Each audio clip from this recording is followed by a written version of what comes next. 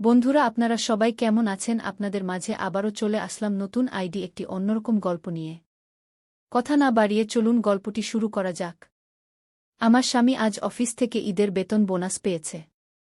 হাতে টাকা পেয়ে উনি আমাকে দুপুরে এসে বলল, ঈদ তো চলে এসেছে ঐশী, চলো আজ মার্কেটে যাই, সবার জন্য কেনাকাটা সেরে ফেলি।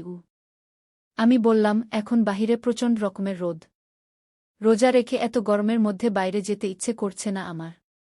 তুমি একাই যাও না গে, তুমি না গেলে হবে নাকি? তুমি দেখে শুনে সবার জন্য কিনবে গি। অগত্যা বরের কথায় যেতেই হল। মার্কেটে এসে শাশুড়ির জন্য ঈদের শাড়ি কিনতে এসে আমার চোখ আটকে যায় তার পাশের খয়েরি রঙের শাড়িটার উপর। এই রঙটা আমার মায়ের খুব পছন্দের, কিন্তু মুখ ফুটে বরকে বলার সাহস হল না। আমি শাড়িটা হাতে নিয়ে বারবার নড়াচড়া করছি। এরই মধ্যে শাশুড়ির জন্য নির্দিষ্ট একটা শাড়ি কিনল বর। সেটাও আমার পছন্দ অনুযায়ী হল। উনি দোকানিকে টাকা দিয়ে অন্য দোকানে যাবে বাকি কেনাকাটা করতে, কিন্তু আমি এখনও শাড়িটা হাতে নিয়ে বসে আছি। মায়ের জন্য এই শাড়ি কিনতে মন চাচ্ছে খুব।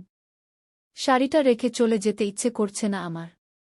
যা দেখে উনি আমাকে জিজ্ঞেস করল, তুমি কি ওই শাড়িটা নিবে ঐশী? তোমার পছন্দ হয়েছে?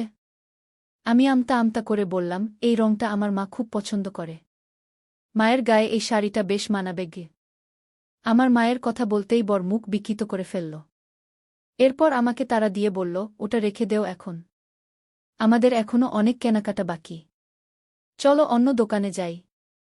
রুমকি ননদ বলেছে তার পাকিস্তানি ড্রেস চাই, নয়তো তার নাকি ঈদই হবে না গি। আজকের মতো বিদায় নিচ্ছি বন্ধুরা, আবারও দেখা হবে নতুন কোনো গল্পের। সকলে ভালো থাকবেন, সুস্থ থাকবেন, বিদায়।